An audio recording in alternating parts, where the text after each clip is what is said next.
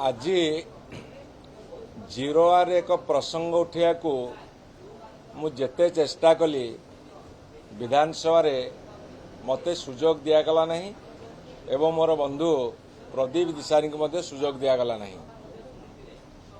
तार कारण कौन ता जना पड़ूना। आज केतोटी प्रमुख खबर कागज रे गोटे पेज एडवर्टाइजमेंट बाहर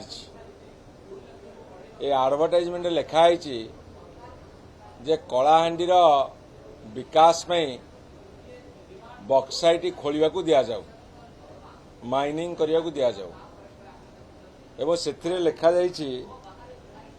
जे जेउठी विश्वर सर्वोत्तम रिफाइनरी अच्छी सेठी निजस्व बक्साइट मौजूद थिला सत्वे आमे कहीं बक्साइट आमदानी करवा।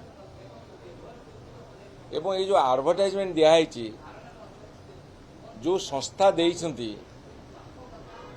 एडवर्टाइजमेंट कॉस्ट जेतिकी से संस्था दबा को सक्षम कि नहीं एटा सरकार ताकू तदंत करवा दरकार हैला।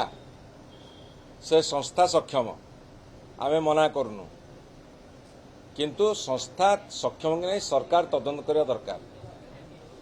कौन तदंत करवा दरकार जे किछि लोक चाहूछंती सेठी बक्साइट खोला जाऊ ताकू व्यवहार करा जाऊ ता गोटे अण ओडिया कंपनी ताकू खोलिबो व्यवहार कले कोन नियुक्ति सृष्टि हबो। कलाहांडीर युवक युवती माने नियुक्ति पांतु यह होचे मार आंतरिक उद्यम एवं आंतरिक इच्छा। मु सेथिरे दिमत नुह कि आमे केही दिमत नुह। जे कोन सरकार आसंतु बा ए सरकार हो वर्तमान भारतीय जनता पार्टी सरकार समस्त युवक युवती को अन्न संस्थान जोगई देवा तांकर परम कर्तव्य आमे मध्य से डिमांड करूचु। किंतु एठी जो बक्साइट खोलिबा कथा कहा जाइछि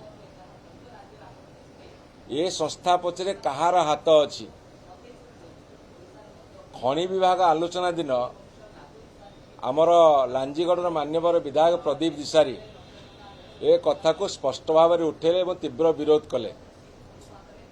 किंतु खनि विभाग आलोचना दिन मान्यवर मंत्री से कथार उत्तर देले नहीं।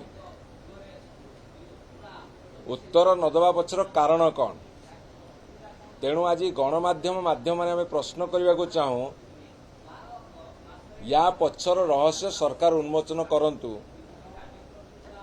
एवं सेठी ऑलरेडी माइनिंग आरंभ हो गलानी अनऑफिशियली कि ऑफिशियली से कथा मध्य सरकार स्पष्ट करंतु।